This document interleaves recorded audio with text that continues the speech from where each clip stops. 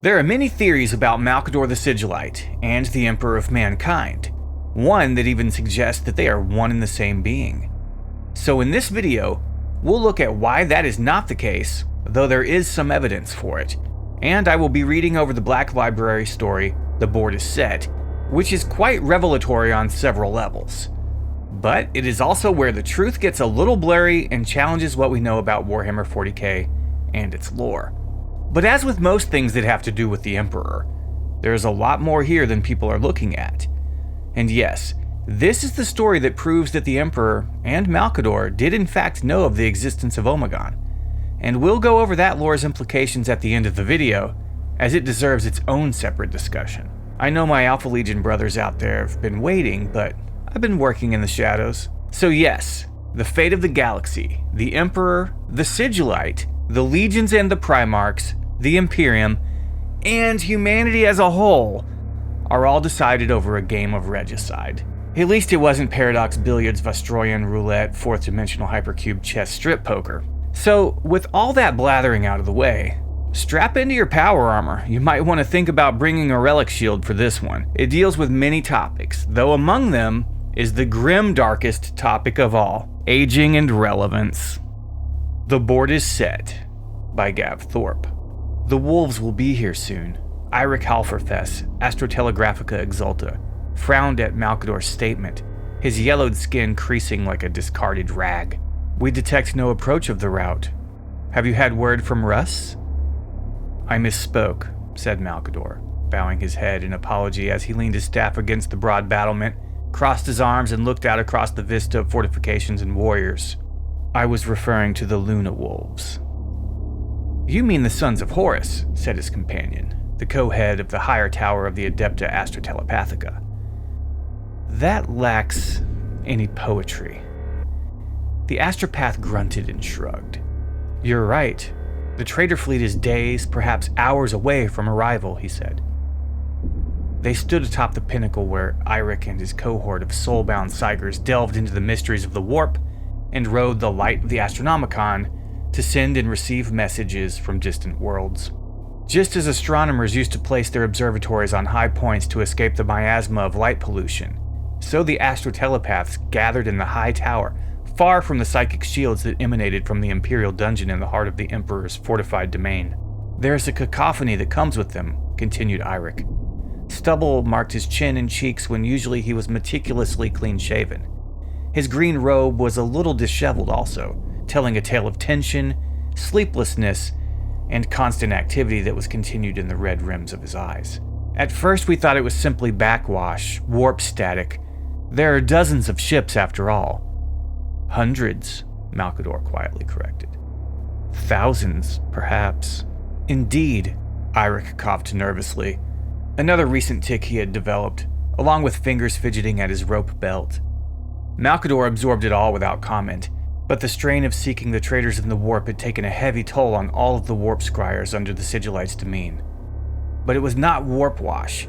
It is the Empyrean itself, a psychic resonance that travels with the traders, not caused by them. What's the business that such a hideous trumpet calls to parley the sleepers of the house? Speak! Speak! Eirik scowled in confusion at the Emperor's regent. Malcador sighed. Great alarums. The heralds lift their clarions to their lips and announce the arrival of their treacherous lord. What heralds? Now is no time to speak in your mysteries and riddles, Sigilite. It does not matter, said Malcador, dismissing himself and Eirik's concerns with a waved hand. He took up his staff and gazed at the Astrotelegraphica Exulta, measuring his metal. Cease your deep watch. There is no more to be learnt in this way, and your people must have rest. There will be even greater challenges in the days to come. But what of Horus? He is coming.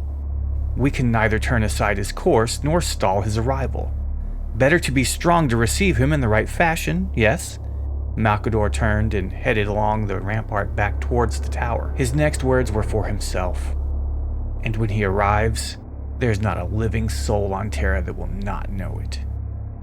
For nearly 7 years, a labor force of more than 1 billion souls had worked beneath the tireless genius of Rogel Dorn, building the most dauntless fortress in the history of humanity. And yet, as Malcador traversed the Imperial Palace, heading deep towards the Imperial Dungeon, the activity was as noticeable as the day it had begun. The Praetorian took nothing for granted. Even now, on the very cusp of the greatest battle for mankind's survival, he left nothing to chance. Thousands thronged the passageways, moving supplies to just the right batteries and storehouses, or deployed cannons and blades to guard houses, as Dorn finessed some arc of fire or incorporated the last dregs of industry from foundries that would soon fall cold. Malcador was more sanguine, although far from complacent. As he had told Halferfess, events had been set in motion that would not be steered by the placement of 40 more shells in the rightmost tower of Gate 42 in the lower mile at Periphery. The Sigilite had once read a theory that the tiniest of acts could be profound, devastating consequences, that stepping on a beetle in Chuzu could somehow precipitate a chain reaction that led to hurricanes devastating the Floridal Isles. The theory had been expounded upon at great length with many mathematical symbols and equations. Yet that was before knowledge of the warp had become widespread. The warp and the beings within it cared nothing for causality. They shaped fate on a far grander scale. Destiny was as malleable to their manipulation as the flesh of their followers. The future of the Imperium would be decided here, within these walls. But not by weight of fire or placement of big guns. Yes, those things would shape the nature of the confrontation that had to happen. The grotesque bloodshed, the price that had to be paid to bring matters to their head. The Warp Heralds had it right. Their psychic clarions were not just an announcement, they were a challenge from the darkness itself. "Here is our champion," they cried. "Kneel before him or perish." Not Dorn, nor Vulcan, Sanguinius, nor Jagatai would beat Horus. Not now that his ascension was almost complete. Together? Perhaps. But Horus, for all the weakness in his soul, now exposed, was not a fool. He had always demonstrated the ability to set the field to his need, making victory look easy. The challenge was for one alone, the one that made him. The thought agitated Malcador. Ever since the collapse of the Webway endeavor, his hopes for mankind had been eroded. There was only one that could defeat Horus, and only one that Horus wanted to defeat. And Horus had never picked a fight he could not win. Shoulders hunched, jaw clenched, Malcador sped his descent, a clammy fist of foreboding gripping his heart. The door opened at the approach of the Sigilite, ancient wood swinging open to reveal a small antechamber, not far from the far grander entrance to the Imperial Dungeon. The timbers closed quietly behind him as he stepped over the threshold and waved a hand, brands springing into flaming life in the sconces around the walls. The plaster was cracked in places, the mural that had been on them little more than a memory of faded color. The tiles in the mosaic floor were similarly indecipherable, worn almost smooth and colorless by generations of passage across them. There were no other doors, and the only furniture was two high-backed chairs facing each other across a circular table. Upon the table was an octagonal board of granite and pale marble, beside a light wooden box, and upon the geometric spaces were set 20 playing pieces. Malcador placed his staff against the back of the chair, sat down and regarded the game pieces thoughtfully. They were all plain, spindle-like shapes at present of lifeless gray. On one side of the table waited a deck of thin crystalline wafers, the back of each marked with the Sigilite's rune. He picked up the top card, but it was blank, as he knew it would be. Malcador put the cards back, and as he raised his eyes, they came upon a figure seated opposite. He was tall, the hood of a scarlet cape about his shoulders. His expression was stern but not cruel, utterly unremarkable but for the potency in his eyes. His hair was dark, pulled back in a short scalp lock. In the flicker of torchlight, the skin might have been suede, tough or worn by a long and uncaring life. But not a line of age marked it, in stark contrast to Malcador's own weathered and withered flesh. It reminded Malcador of an ancient tale of a cursed portrait, but before he could say anything, his companion spoke. "Would you like to be War Master?" asked a revelation. Malcador arranged the red pieces before him, but his opponent shook his head before he was finished. "No. "We start at the beginning," he said. A calloused hand started placing the pieces in the spaces at the center of the board, forming a cluster around a rectangular gap, the same size as the crystal cards. When all was arranged, the pieces shifted color, turning a deep blue. Malcador picked up the cards and shuffled them. "Why do you do that? They're all blank for the moment." "Habit," Malcador admitted with a chuckle. He continued all the same, sliding the cards into each other with deft fingers before rifling them together with a flourish. One of many inconsequential skills he had taught himself over a long life that had, until relatively recently, been mostly spent in isolation. He laid the cards into the slot and then studied the board, elbows on the hard table. "Like the cards, they are all the same," remarked Revelation. "It does not matter which you pick." "It should," grumbled Malcador. "It feels like it should. Every decision has consequences." "Yes, but you have already chosen. You simply need to admit that to yourself." With a grunt, Malcador laid his finger on the sculpted tip of the piece closest to him, the same as he always did whenever they played from the outset. At his touch, the surface of the piece rippled, becoming a figurine. It was rendered abstractly so that the arms and legs ended in smooth nubs rather than hands and feet, giving the figure no front or back. Only the face possessed any detail. Face is, in fact, one looking in each direction. The Twins, it was called. The Sigilite lifted the top card with thin fingers and turned it over. Color swirled across the psychoreactive crystal, coalescing into the many-headed Hydra. "All places and none," said Malcador. He set the piece in the home squares directly in front of him. Revelation touched a piece, and under his attention, it transformed into a raven sat upon a broken skull, talons digging into the bone.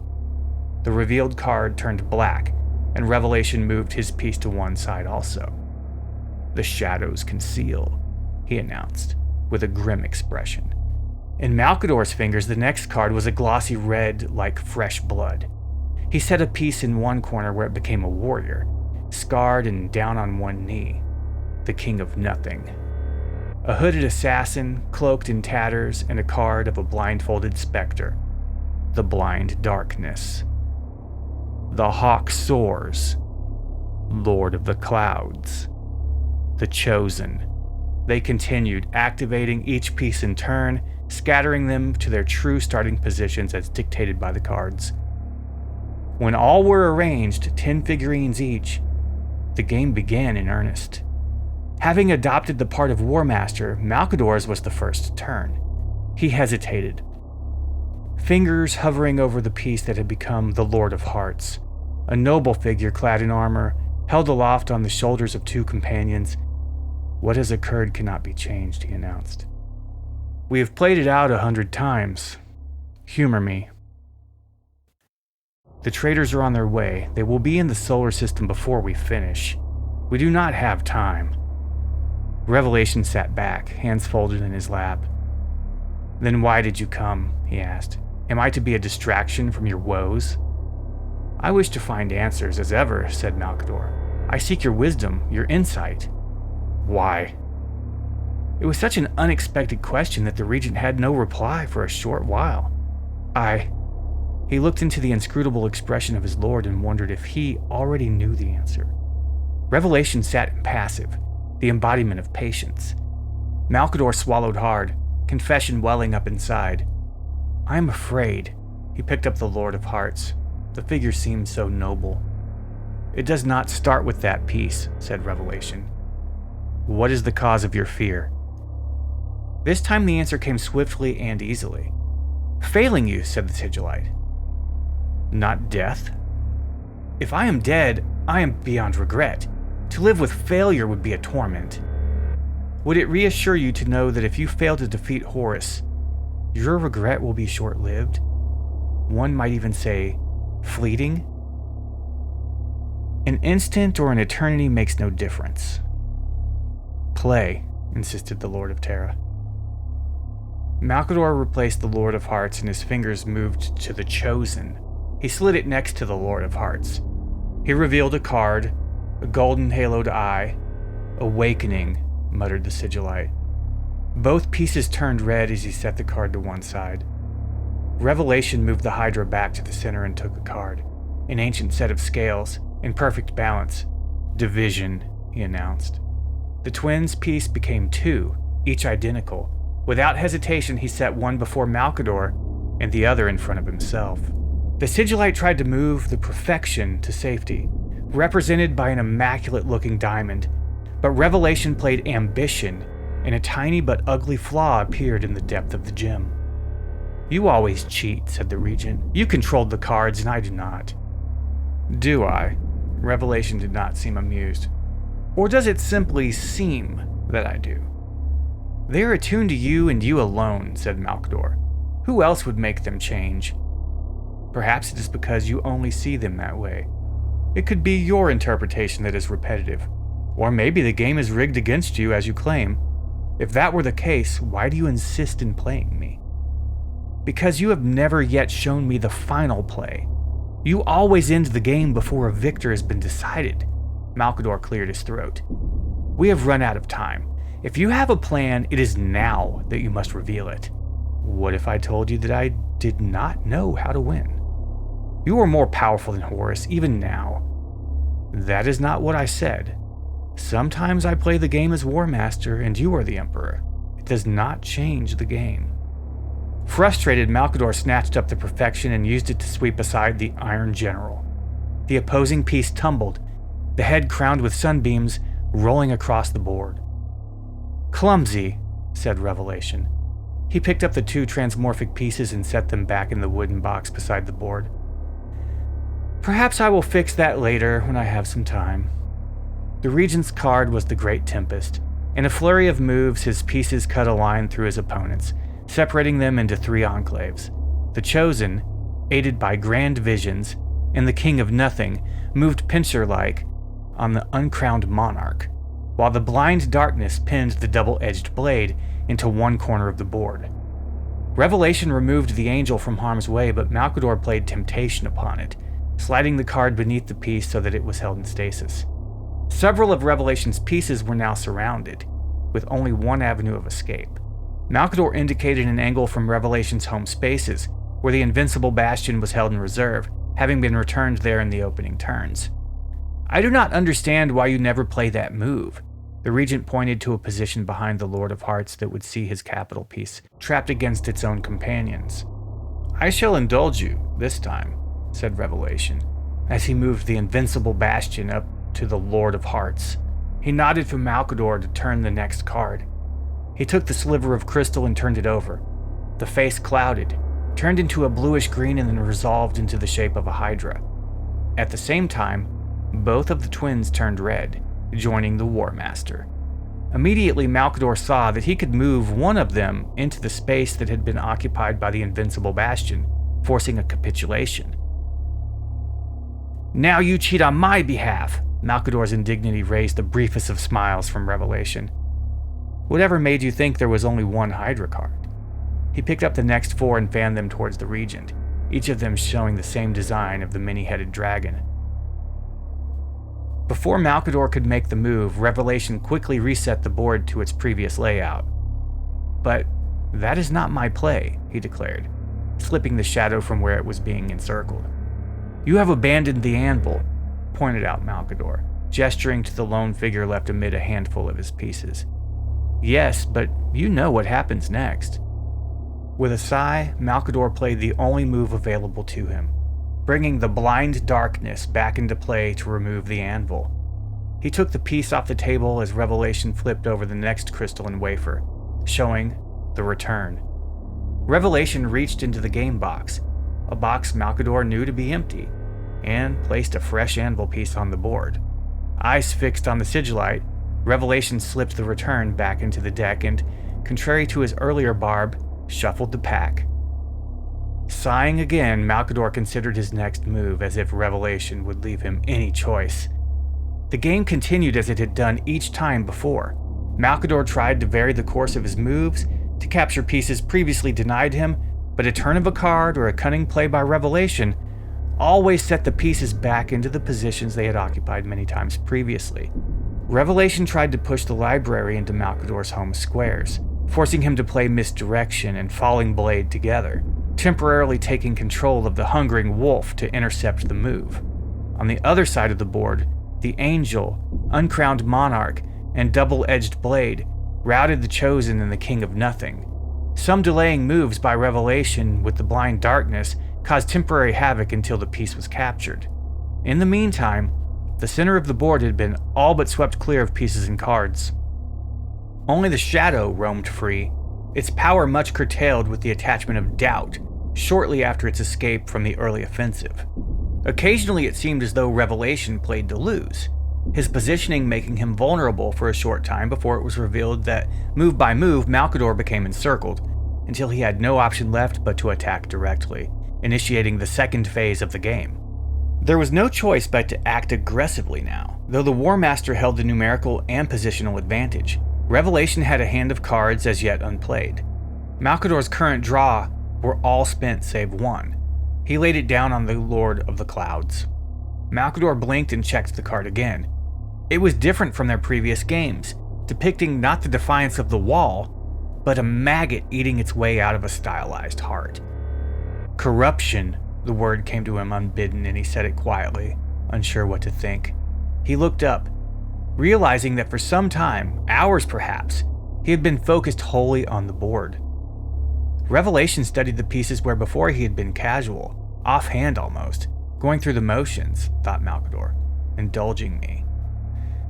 He was rapt now, eyes moving from one piece to the next, fingertips pushing down into the table, the immaculate fingernails pale against the lacquered wood. "What has happened?" asked Malcador. "Play on." Revelation did not look up. "The game has changed. Why have you changed it?" Malcador felt a yawning gulf opening up in front of him.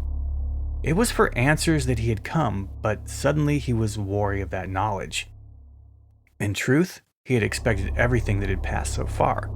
Perhaps he had simply been seeking comfort in the familiar exchanges before everything would be thrown into the anarchy of war. "What does it mean?" Revelation broke his attention from the pieces, and for just a moment Malcador thought he saw a hint of sadness. It was gone in a heartbeat, perhaps had never been there at all, replaced by a flinty glare. Revelation barely moved his lips as he spoke, teeth gritted as his eyes bored into the High Lord of Terra, each word enunciated sharply. "Play on." Malcador's next moves were half-hearted, playing for time as he tried to assimilate the events of the last few minutes. "You're not trying hard enough, War Master," said Revelation, eyes flashing with anger. "If you do not win, you are damned."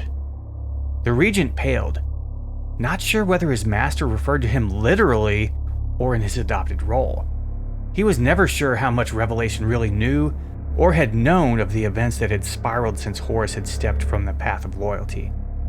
He had the maddening ability to appear both informed and enigmatic in equal measure, but at that moment the affectation, if it could be called such a thing, did not irritate Malcador as before, but terrified him.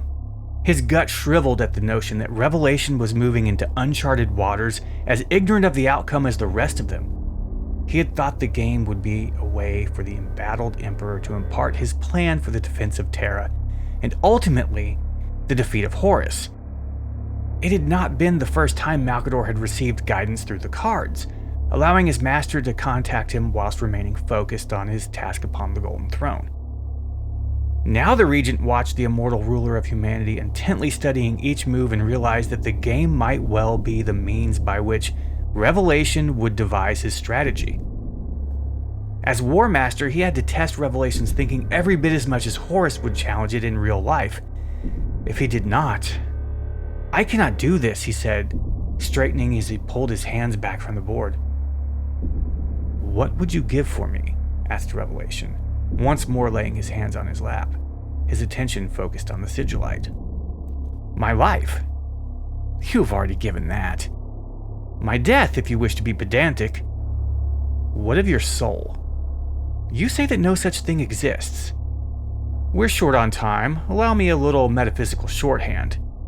What is your soul worth to you?" "I do not understand the question." Uncomfortable under the scrutiny of his lord, Malcador started to consider the board again. I cannot play like Horus. I do not have his mind, his motivations. Then I will assist you.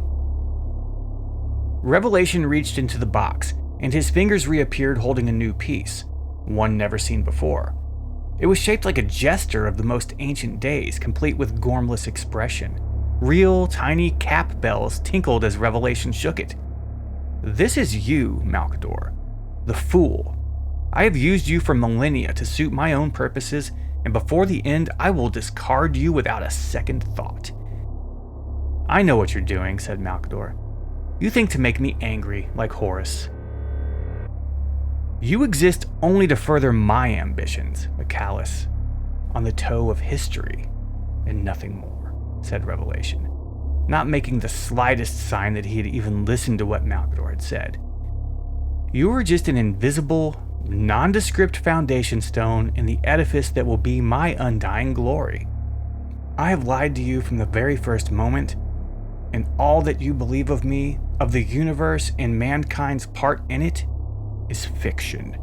I have manipulated you, abused you, and I will toss you away without a single shred of care.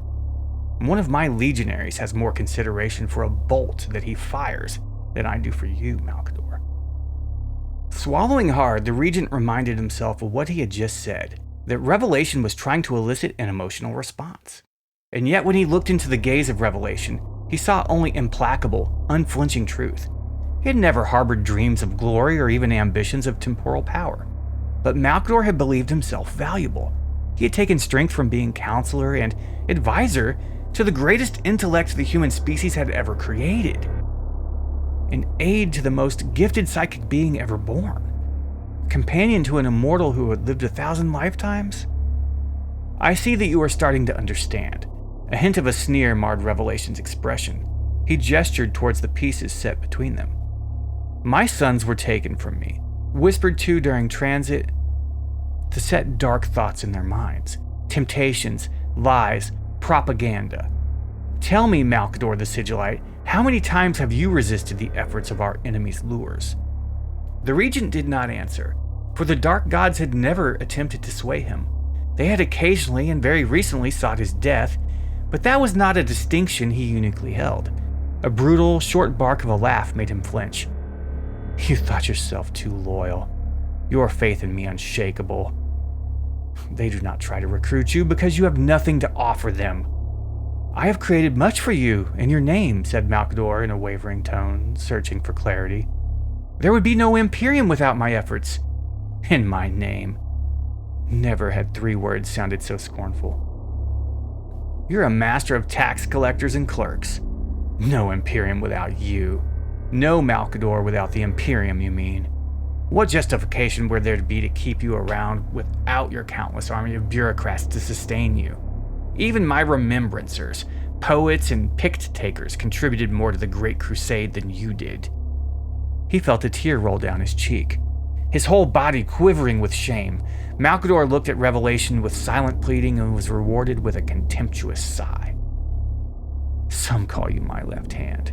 Revelation held up the 5 digits and wiggled them. It is true. That is all you have ever been, an extension of my will. I twitch a thought and you act. I care nothing for the hopes and fears of my little finger, and less still for yours. Malcador opened his mouth but could think of nothing to say. Do not stare at me like some docile ruminant. You said you fear failing me, but the truth is that you know that you already have. You cannot even bring yourself to hate me when I need you to. Revelation tossed the playing piece aside. It shattered against the wall. He did not even spare a glance for the discarded fragments. There was no hint of remorse in his hard stare. Malcador looked at the splintered pieces of the fool. Betrayal slid a hot knife in his chest. Its fire spread, inflaming his anger, and one thought burned hotter than any other, that Revelation thought he might care about any of what he had said. I have never harbored ambition or sought glory, growled the regent, his fingers moving to the king of nothing. He thrust it directly towards the angel, defending the emperor's home squares. You seek to wound a pride that does not exist, but you think it does. And that is your shame, not mine. It is your pride that will undo us all, not mine. He turned to the top card. The picture that resolved upon its surface showed a mountain of bodies with a hound at its top, muzzle red with their blood. Massacre, snapped Malcador.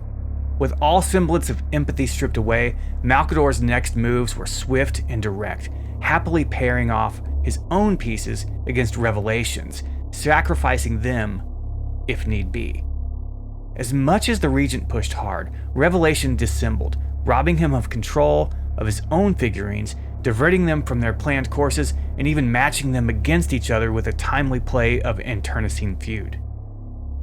Having lost command of the perfection, Malcador countered with a picture of a weeping mother. Unspeakable suffering, he announced, shocked by the satisfaction he felt as he pulled away the Warhawk from its position next to the invincible bastion. He really wanted to win, to prove the lie of Revelation's affectation of infallibility. Even so, however strongly he pressed to have an overwhelming advantage in the Emperor's base positions, his opponent always seemed to spare a card to bring another piece into play from elsewhere on the board. Turn by turn, a ring of attacking pieces converged around the rear of Malcador's positions. The hungering wolf, uncrowned monarch, and double-edged blade were all poised to strike. I win in my next move, declared Revelation, dropping the Salvation card in front of his regent. Malcador looked at the portrait written in the colored crystal, unmistakably that of Rabute Gilliman. A turn too late, Malcador replied, his expression grim as he realized the meaning of what he was about to do. He whispered the next word as he turned a card depicting a bloodied white feather. Sacrifice. With shaking fingers, he picked up the angel and removed it from the board, leaving an opening in Revelation's defense. His fingers gripped another piece, about to move it into the space, a piece he had been holding back for just that occurrence, the last to have been given to him, though in reality it was the first Revelation had put into motion. The Lord of Hearts. Wait. The single word, softly spoken, stopped Malcador as surely as a roared command. Still, with the Lord of Hearts poised to claim victory, the Regent looked up. Revelation stared at Malcador, seizing him with his dark eyes. The Regent was not sure what he saw there, aside from tiny reflections of himself, haggard within the shadow of his hood, cheeks glistening with the streak of tears. I win, croaked the Sigilite. But as he returned his attention to the board to place the King of Hearts, there was another piece occupying the space he had to take. The Fool. In ancient days, the Fool would say anything to anyone, in theory at least, Revelation said. He smiled and warmth flooded through Malcador to see the expression. But then both the smile and his moment of hope faded. It was the Fool's task to remind kings and queens that they were mortal and weak, and not above any other. In the parlance of a later time, they existed to speak truth to power, to defy authority, and, most importantly, puncture tyranny. Malcador choked on his next words, not sure what to say. Even at the instant that he collected his thoughts, a distant ripple flushed through his mind. It stank in his nostrils and brought the thunder of a great storm to his ears, prickling skin and psychic sense alike. He felt the rift opening, tearing apart reality at the edge of the solar system. A chorus of infernal clarions screeched across his other sense. The War Master has arrived, he said, though he knew his opponent could not fail to know also. He looked up, but the chair opposite was empty. To whom do you speak, Master? The voice of Latdava was like a hammer on a pane of glass, shattering the wall of concentration that Malcador had erected around himself. He glared towards the door where the functionary stood, fingers making clumps of her white robe as she stared fearfully at him. How long have you been here? Several minutes, Master, the functionary told him. The Astrotelegraphica Exalta sent me with word that the Traitor Fleet will breach the warp veil within the hour. And why do you stare at me like that? What have you seen? You, Master, playing the game by yourself. You turned the cards and moved the pieces with terrible contortions of the features. She wrung her robes a little more and her eyes moved to the table. What does it mean? Malcador was not sure as he followed her gaze, seeing the pieces arranged at the endgame. The Lord of Hearts still in his hand, yet where the Fool had been was now another piece, uniquely golden, shaped as a crown. Beside it lay the last crystal card, its image that of an eagle tearing out the throat of a serpent. So, there's a lot going on here. The two are replaying the same game over and over, just trying to get it to have a different outcome than every other time they've played out these galaxy-shaping events, trying to see what they've never noticed before, trying to find the one strand in the entire tapestry of fate that would allow the Imperium to endure, the Emperor to prevail, and Terra to be saved from Horus. But there's some really metaphysical stuff going on too. We know that at the moment, this game of regicide, chess, Warhammer Underworlds, or tarot, whatever you want to think of the game they're playing as, at the moment it was being played, Big E was on the Golden Throne, even as the traitor fleets were arriving in the solar system. So this is not physically him that is present, and we see from the perspective of Latdava, the astropath, that all she perceived was Malcador playing alone against himself like some crazy old man who's gone completely senile. I've never been on board with the Malcador as the Emperor, vice versa theory, but now I'm not so sure. They may just be the same guy or represent the Emperor's ability to bilocate in multiple forms, but I don't think that's what's going on either. I see that in this story, the Emperor is acting as Malcador's conscience. He's voicing doubts about the Sigilite, and he's also tearing him down, berating him, nominalizing his importance, and calling him a bitch, basically, for even being subservient to the Emperor. Big E calls his undying loyalty and incredible will garbage and tells him he's worthless. And that to me doesn't sound anything like what the Emperor would say. It sounds more like the string of thoughts that would go through the mind of someone experiencing extreme self-doubt. Not that the overt story of how Big E was telling him what he needed to hear to get the game to play out just right isn't interesting or compelling, and it did appear to make Malcador literally cry, even as he claimed that it did not affect him and that he was so humble and lacking pride that he was completely unmoved. Yeah, unmoved people don't get tears running down their cheeks. Now, I don't believe it, but I can see that there is a little bit to the thought that Malcador is one of Big E's avatars. A body he can walk around in and still be a total badass psyker, though admittedly only at a portion of his real full power. A mask he can wear.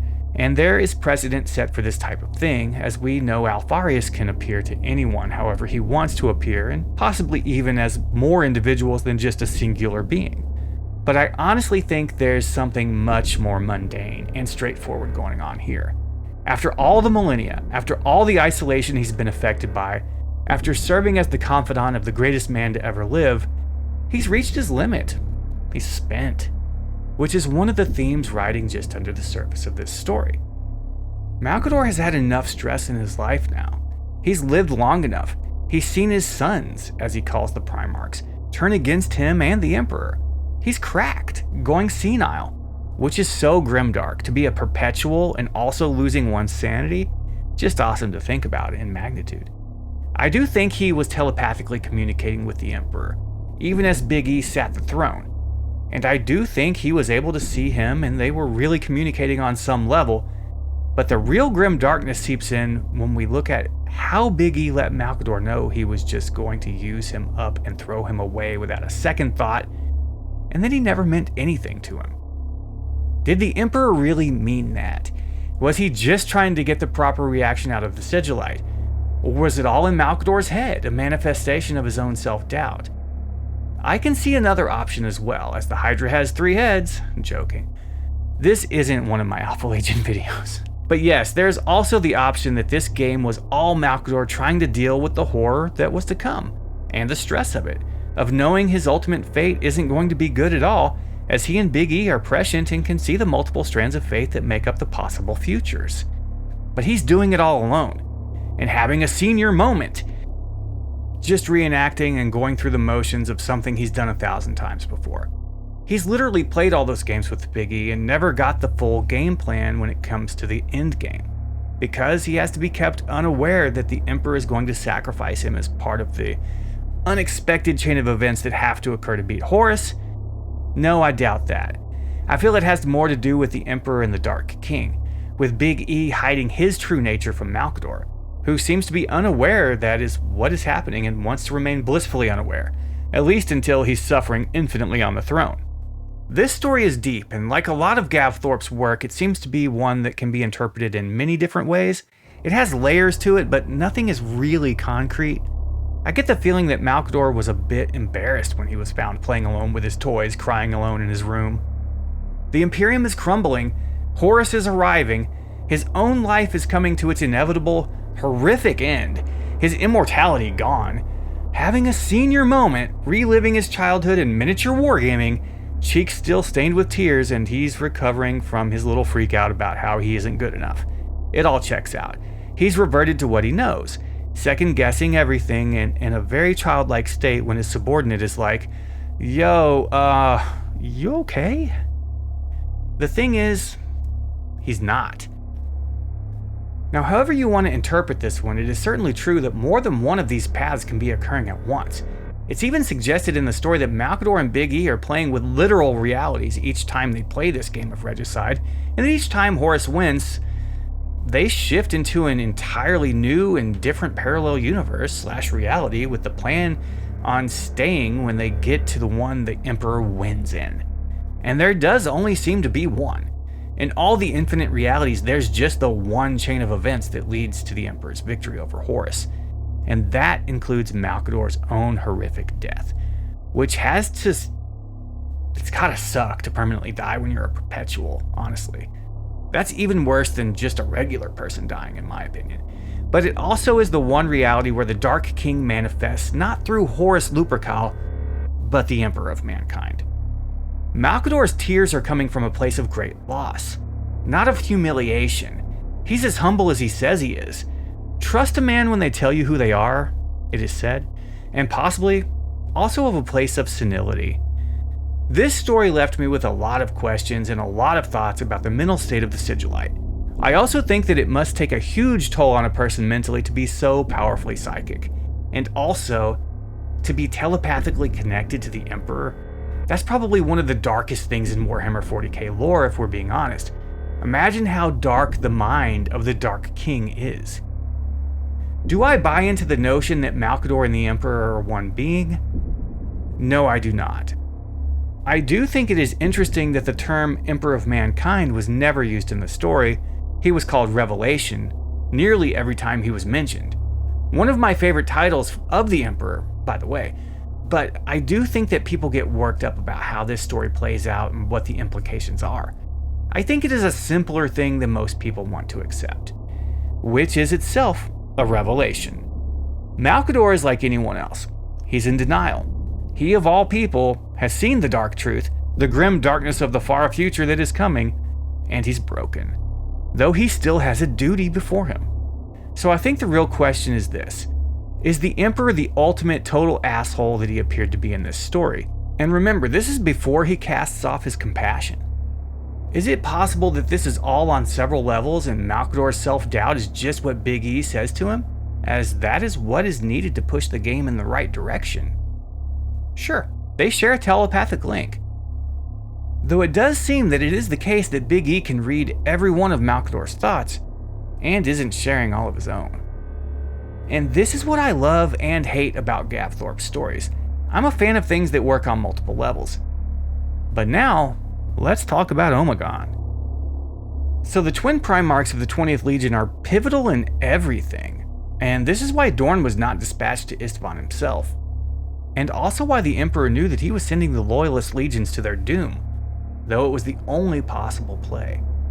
If Dorn went, and the Loyalists won, then both of the Hydras would have turned against the Emperor and taken the throne world as it was unprotected. The Loyalists would have won at Istvan, but ultimately lost the war. But the fact that all that did not happen, and that the Salamanders, Raven Guard, and Iron Hands were annihilated, well, mostly annihilated, proves one thing. The Twin of Alfarius did not turn on the Emperor. One brother stayed loyal. And that is quite revelatory, especially in light of Omegon's black operations against his own legion, and his brother's overtly stated suspicions that he was acting according to his own agenda. And what a treachery that would be.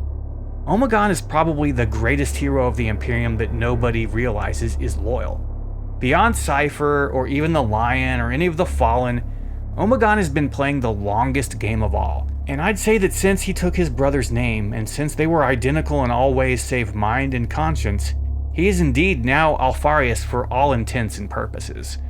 For who was Omegon anyway? Not even the other Primarchs knew of his existence, and many Alpha Legionnaires were not even privy to the fact he existed either, so his death would not even be noticed, as not even Lionel Johnson or Rabute Gilliman really knew of him. Not even the Lupercal knew of Omegon. Well, you guys know my take by now, I'm sure.